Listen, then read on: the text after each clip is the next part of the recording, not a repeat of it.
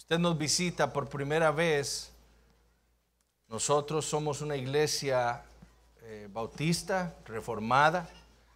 Eso nos hace una iglesia confesional, es decir, nosotros como iglesia hemos adoptado una confesión de fe histórica, que es la Confesión Bautista de Londres de 1689. Esta confesión nosotros la consideramos la expresión más bíblica de las doctrinas que son enseñadas en las Escrituras. Si usted ha estado visitando estas semanas, allá atrás en la mesa hay copias de la confesión que usted se puede llevar a su casa y estudiarlas. Van a ser de provecho para su alma. Entonces le invitamos a que se lleve una, y si no, tome una para ahora y entonces pueda seguir con nosotros el estudio. En este trimestre estamos estudiando nosotros el capítulo 21 de nuestra confesión, que trata sobre la doctrina de la libertad cristiana. Y primeramente lo que deseo es invitarlos a que vayamos al libro a los Hebreos, capítulo 10, Hebreos capítulo 10.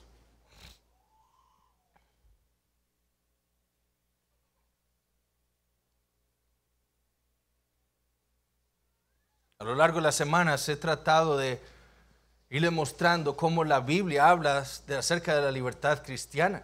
Esto es, la doctrina de la libertad cristiana está en toda la Biblia. Cada página de la Biblia brota con esa enseñanza acerca de la libertad que los cristianos tenemos en Cristo Jesús. Y por eso es que cada semana empezamos leyendo algún texto de la Biblia para que veamos que esto es bíblico.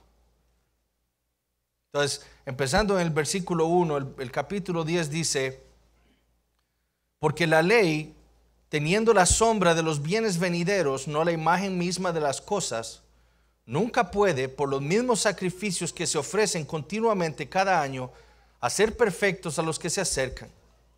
De otra manera cesarían de ofrecerse, pues los que tributan ese culto, limpios una vez, no tendrían ya más conciencia de pecado.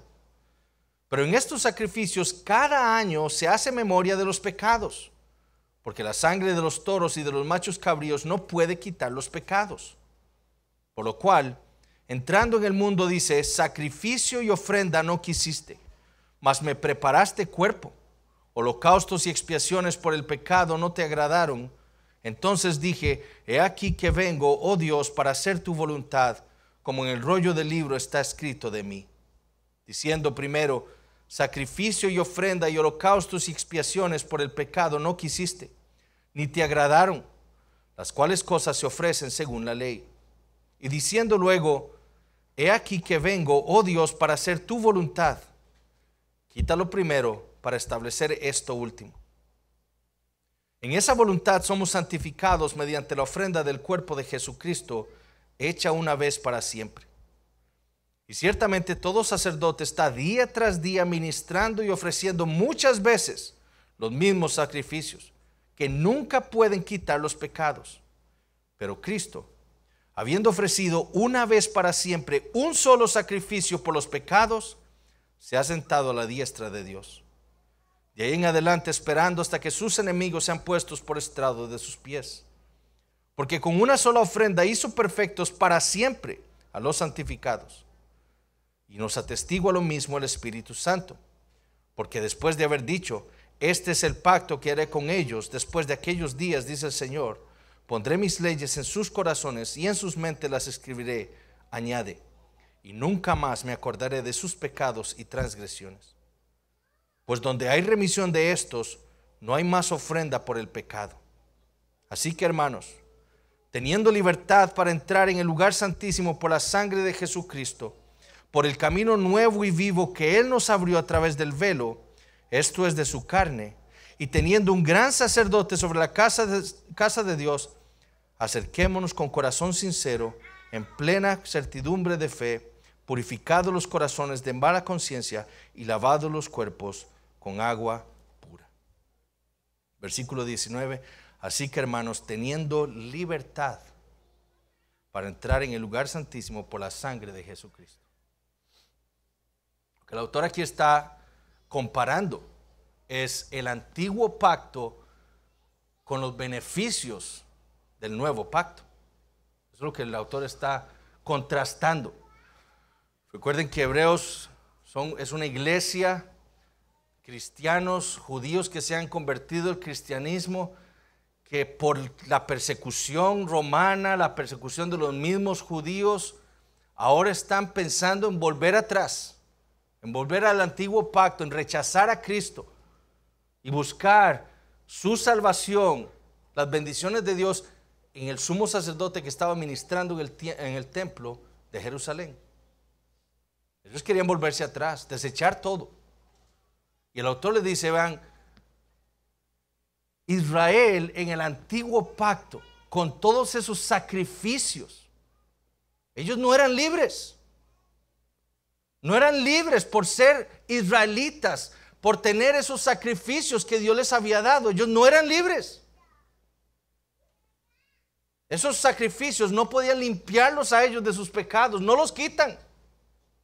Por eso es que se tenía que ofrecer día tras día. Por eso es que el sumo sacerdote tenía que trabajar todos los días, sin parar. Porque esos sacrificios no servían para nada. Los sacrificios eran meramente un símbolo, apuntaban a lo que sí iba a traer libertad al pueblo de Dios, que era el sacrificio de Cristo, el Mesías. Y es por eso que cuando el autor dice, habla de Cristo, eso es lo que decía el Antiguo Testamento, a lo que apuntaba.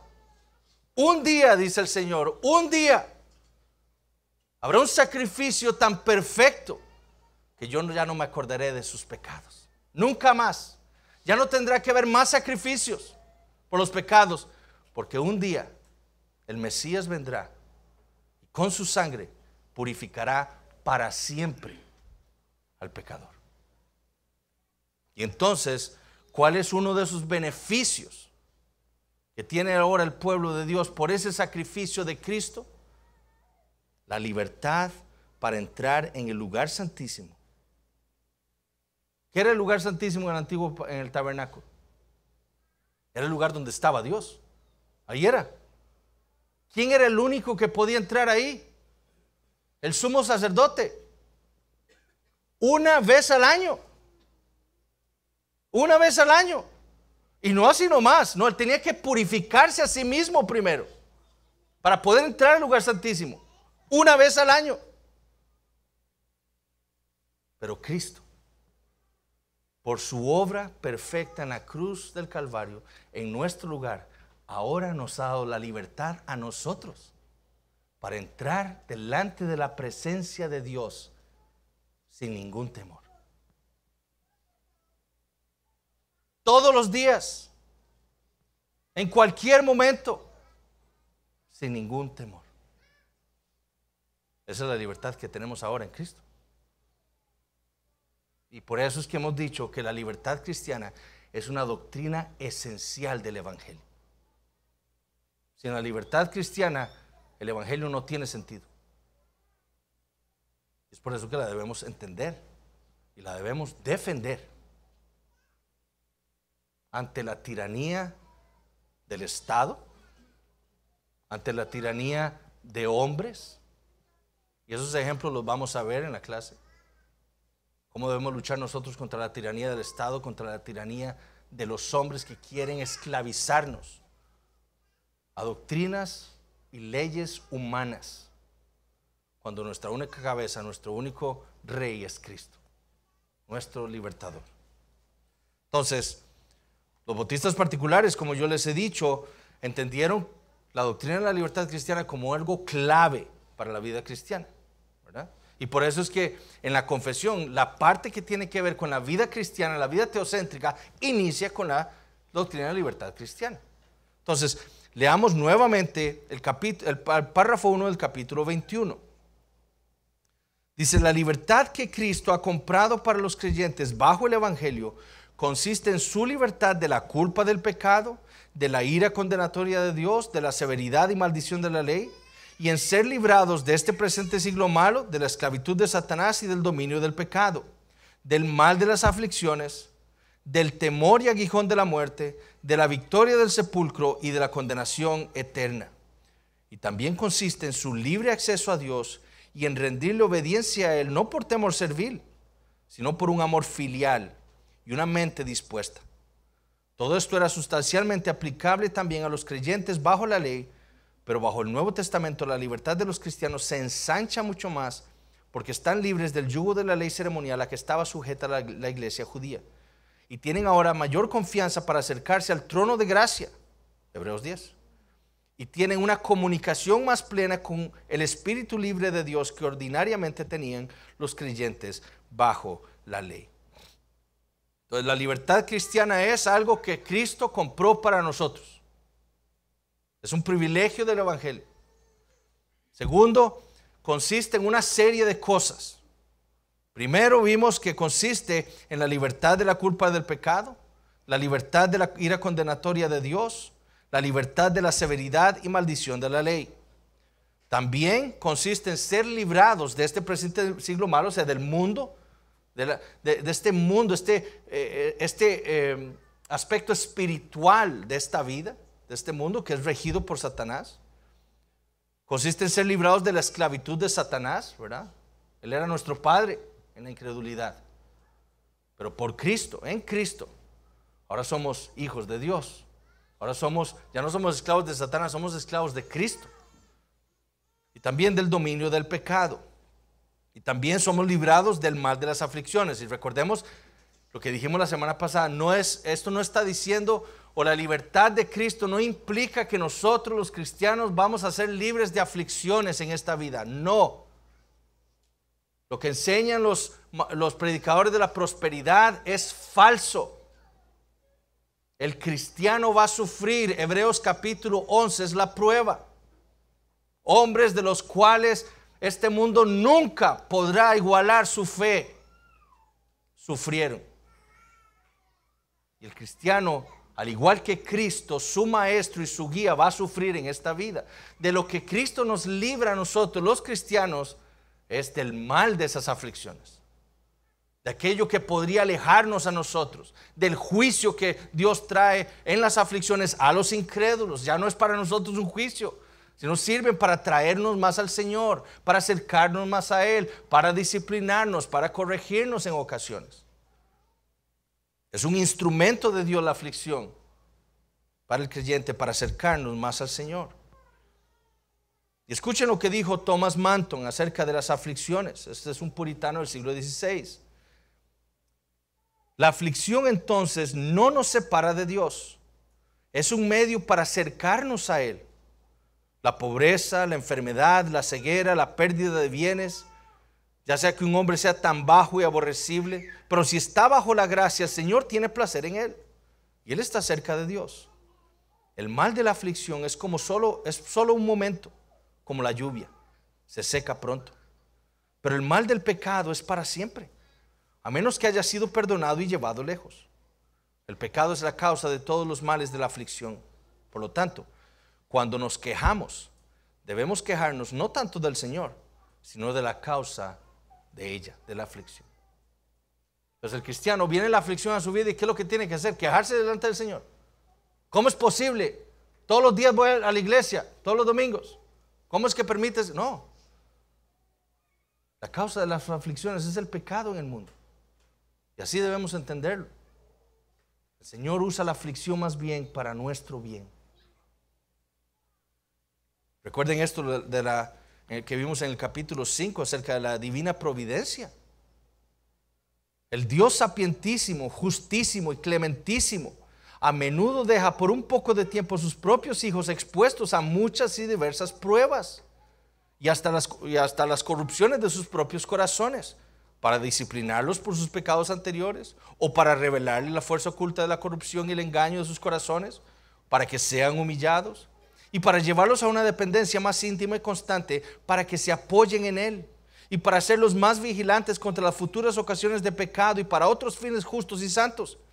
De modo que todo lo que ocurre a cualquiera de sus elegidos es por su designio, para su gloria y para el bien de ellos. Pero la confesión también afirma que la libertad cristiana consiste en ser librados del temor y del aguijón de la muerte, de la victoria del sepulcro y de la condenación eterna. ¿Y qué mayor aflicción que la muerte? Ciertamente todos, incrédulos y creyentes, vamos a morir en esta vida, a menos que Cristo venga. Si Cristo viene, no vamos a morir. Los incrédulos van a ser destruidos por Cristo y resucitados después para la condenación eterna. Pero nosotros seremos transformados, dice Pablo, si Cristo viene. Pero si no, si nuestra vida no viene Cristo todavía, vamos a morir, incrédulos y creyentes. Sin embargo, para el creyente la muerte ya no es algo espantoso. Ya no es algo que debería producir temor. Ni es algo que le vaya tampoco a perjudicar. El creyente más bien en Cristo y por su obra en la cruz del Calvario en nuestro favor ha sido librado del temor y del aguijón de la muerte. Vayamos a Hebreos capítulo 2.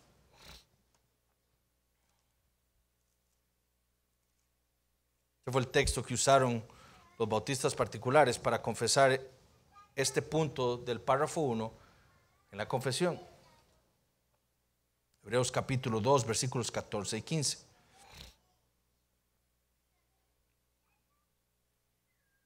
Así que, por cuanto los hijos participaron de carne y sangre, él también participó de lo mismo para destruir por medio de la muerte al que tenía el imperio de la muerte, esto es, al diablo, y librar a todos los que por el temor de la muerte estaban durante toda la vida sujetos a servidumbre.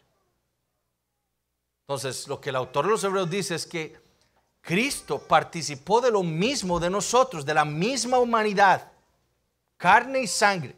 Él era un hombre verdadero, verdadero Dios y verdadero hombre. Pero Él tomó para sí la humanidad para salvarnos. Los antiguos padres de la iglesia decían: lo que no es asumido no es redimido.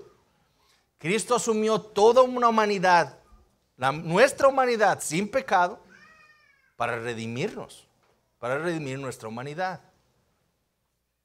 Pero vean que Cristo también tomó para sí una humanidad porque nosotros teníamos temor de la muerte.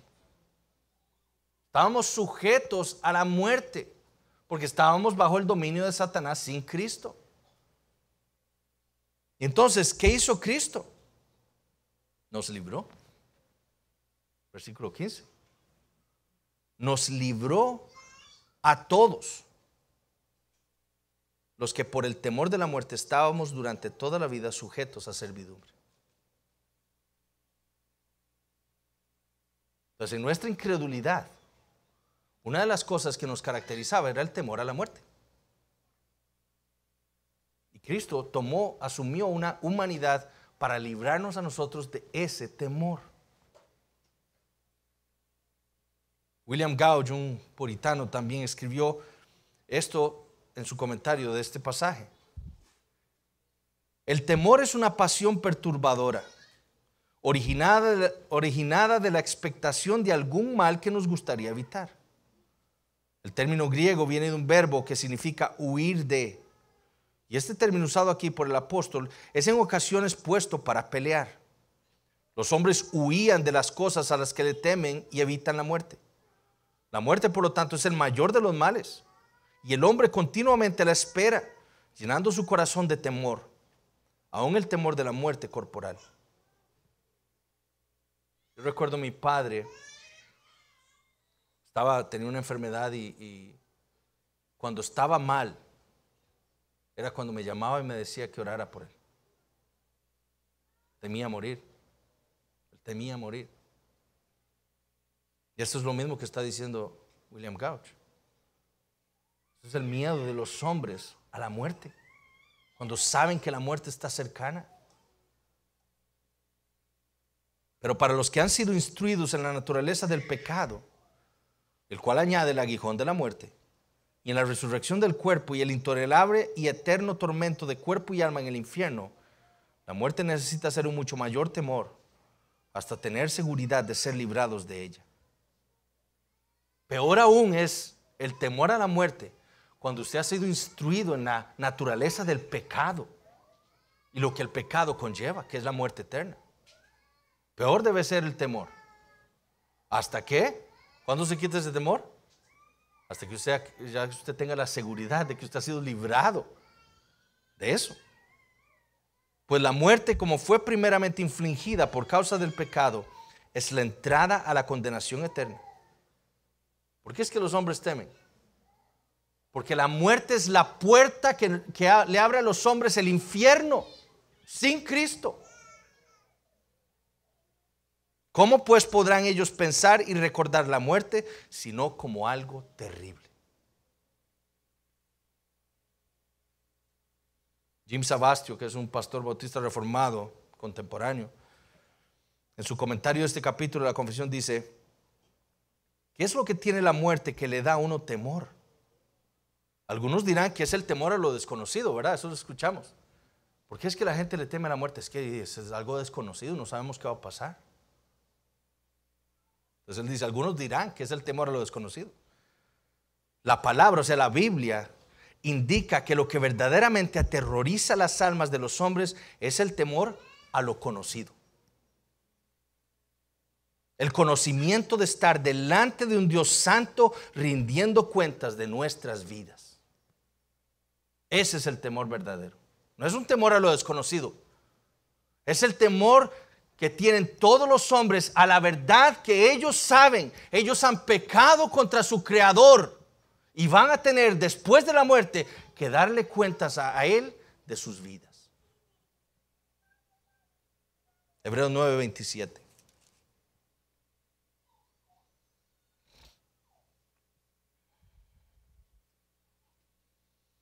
Y de la manera que está establecido para los hombres que mueran una sola vez y después de esto, el juicio. Eso es lo que todos los hombres saben. Recuerden Pablo, Romanos capítulo 1, el hombre conoce una verdad. Él es una criatura de Dios, de un Dios que es todopoderoso, su creador. Y él sabe que él ha pecado contra ese Dios. Esa es la realidad de todos los hombres, mis hermanos. Ningún incrédulo puede venir a decirnos a nosotros, es que yo no creo en ese Dios, yo no creo. Usted sabe eso, porque eso es lo que dice la Biblia. Usted conoce la realidad de que usted es una criatura del Creador y que usted ha desobedecido a Él. Eso es lo que trae temor a las vidas cuando están a punto de morir. Pero en Cristo los creyentes son libres de ese temor. ¿Por qué? Porque para el creyente la muerte, ¿qué es lo que significa? Estar delante de la presencia de Dios. Lo que más anhela nuestras almas ahora es estar con Cristo, ¿o no? Entonces, así como para el incrédulo que muere sin Cristo, la muerte es la puerta para la condenación eterna, para el creyente la muerte es la puerta para estar delante de la presencia de su Señor por la eternidad. Entonces el cristiano ha sido librado de ese temor en Cristo. Vean lo que dijo Pablo en Filipenses capítulo 1.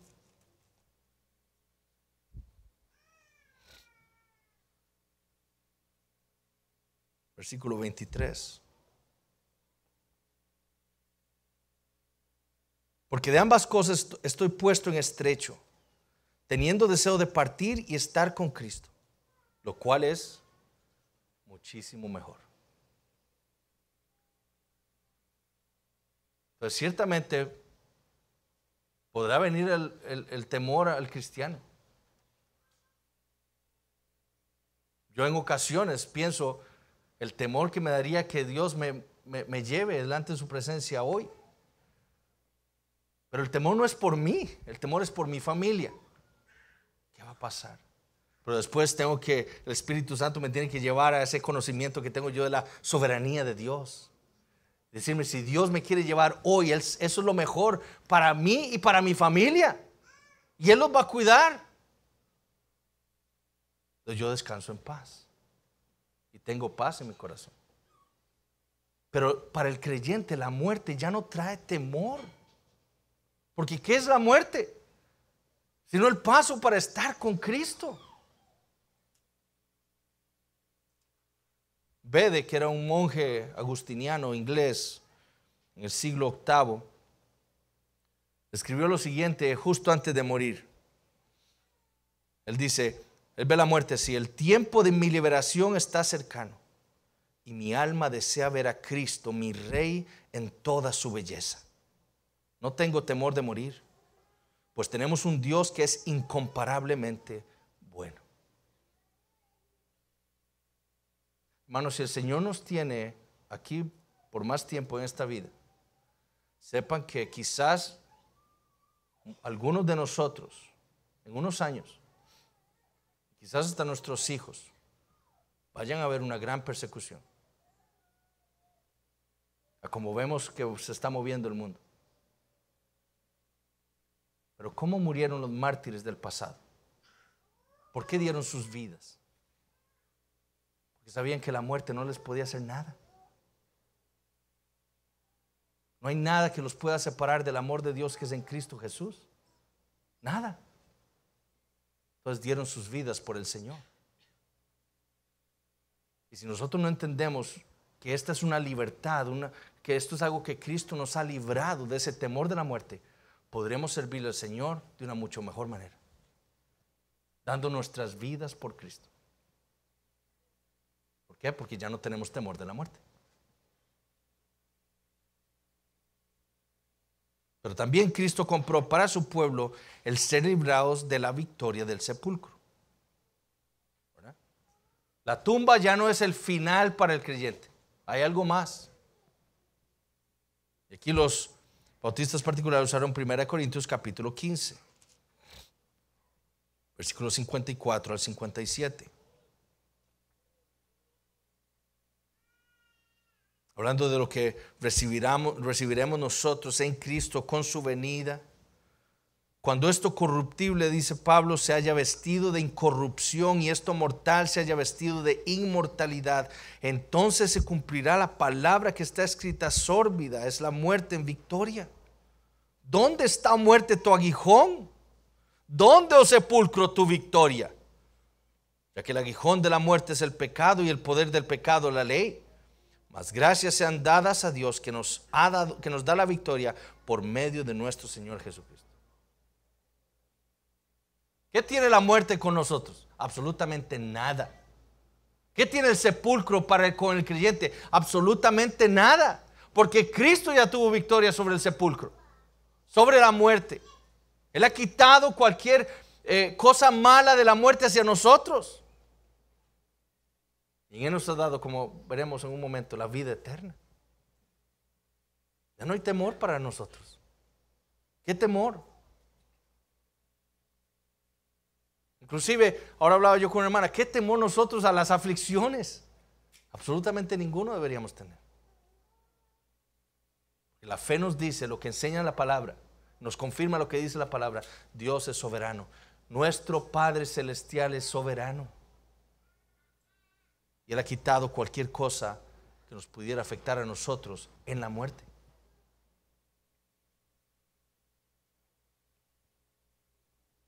Finalmente, Cristo nos ha librado de la condenación eterna.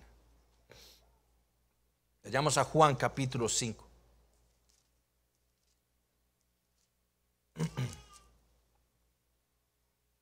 Juan capítulo 5.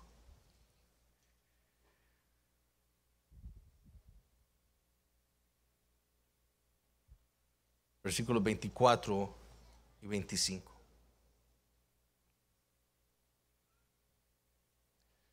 De cierto os digo, el que oye mi palabra y crea al que me envió, tiene vida eterna, y no vendrá a condenación, mas ha pasado de muerte a vida.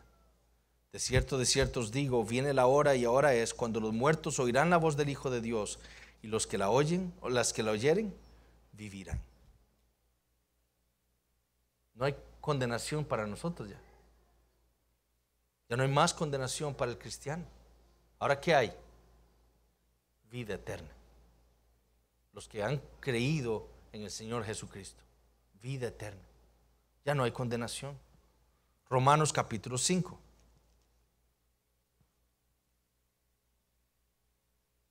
Versículos 16 al 18.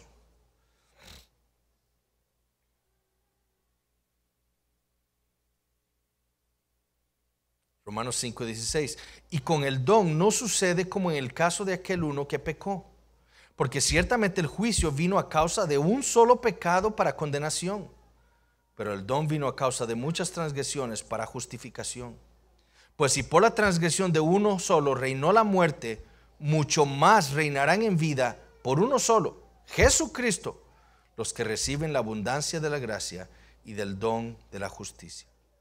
Así que, como por la transgresión de uno vino la condenación a todos los hombres, de la misma manera por la justicia de uno vino a todos los hombres la justificación de vida. Obviamente Pablo no está diciendo, está usando el todos como algo universal.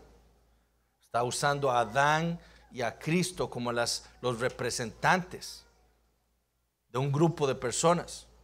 ¿Quiénes están en Adán representados? Toda la raza humana. ¿Quiénes están representados por Cristo? Los creyentes. Entonces el argumento de Pablo es, por el pecado de Adán, todos fueron condenados. Todos los que estaban representados por Adán, es decir, toda la raza humana. Pero en Cristo vino el don. Y entonces vino la vida eterna para los que están en Él. Vida eterna, ya no hay condenación. Vida eterna en Cristo Jesús. Romanos 8:1. Ahora pues, vean lo que dice Pablo.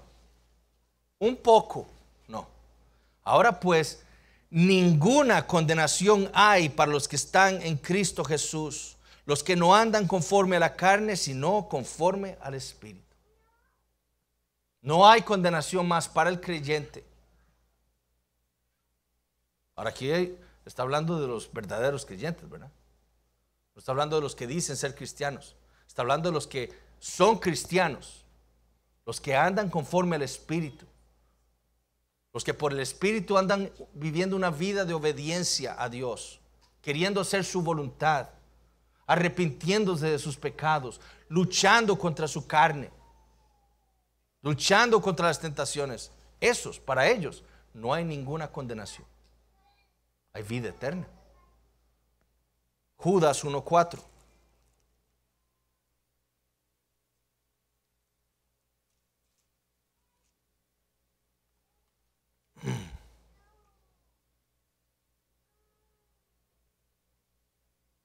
Versículo 4.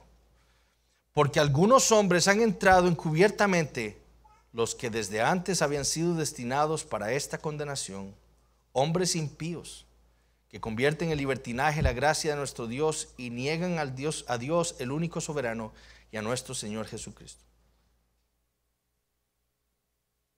Hay una diferencia entre libertad y libertinaje. Los cristianos tenemos libertad. Los impíos y algunos que dicen ser cristianos, lo que los caracteriza no es una vida de libertad en Cristo, es una vida de libertinaje, que es muy diferente. Y eso lo vamos a ver. Pero para los que viven en libertinaje, lo que hay es condenación. Condenación. Los impíos. 1 Tesalonicenses 1.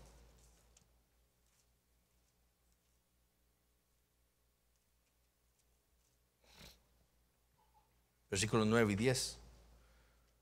Porque ellos mismos cuentan de nosotros la manera en que nos recibisteis y cómo os convertisteis de los ídolos a Dios para servir al Dios vivo y verdadero y esperar de los cielos a su Hijo, el cual resucitó de los muertos, a Jesús, quien nos libra. No está la libertad cristiana enseñada en 1 Tesalonicenses capítulo 1, quien nos libra de la ira venidera. La libertad cristiana entonces es en parte, mis hermanos, Dios revirtiendo la caída. El pecado de Adán nos trajo condenación. En Cristo Dios revirtió eso y ahora trae vida eterna. Vida eterna. En lugar de la muerte, en lugar de la tumba, en lugar de la condenación que teníamos todos los hombres en Adán, Cristo compró para nosotros la vida eterna con su sangre. Con su sangre. La pregunta entonces que nosotros debemos contestarnos el día de hoy, cada uno de los que estamos aquí, ¿es esta mi libertad? ¿Soy yo libre? ¿Soy yo libre? Hijos nuestros, escúchenos. ¿Son ustedes libres?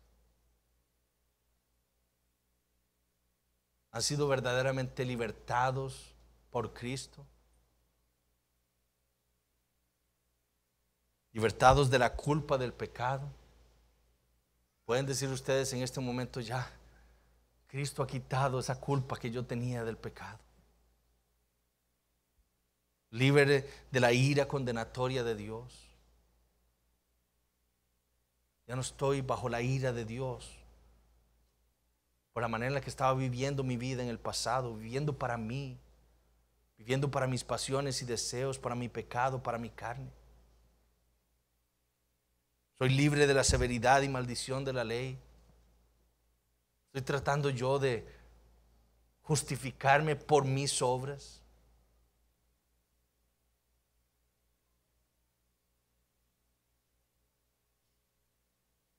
Y soy libre yo del temor y el aguijón de la muerte,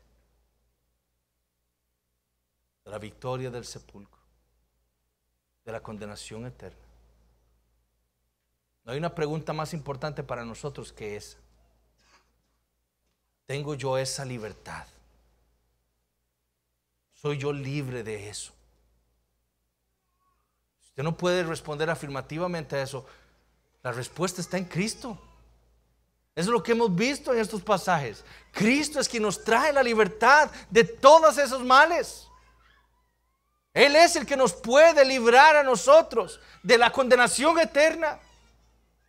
Si vamos a Él en fe, con fe, por fe, creyendo que es Él el que puede limpiarme de mis pecados, el que puede quitar la culpa del pecado en mí, el que puede propiciar la ira de Dios, quitarla de sobre mi cabeza, creyendo que es Él el que me puede justificar. No yo, no la ley, Cristo. Porque Él la cumplió perfectamente en mi lugar. Y creyendo que solamente Él puede ser ese capitán que necesitamos para encontrar el camino a Dios. El camino de la humillación para la gloria. Pero en Él está la libertad. Entonces usted no puede decir que usted ha sido libertado de esas cosas. Su única solución está en Cristo Jesús. Vaya a Él. Pídele al Señor que le dé la fe y el arrepentimiento. Que lo libre del pecado, del mundo y de Satanás.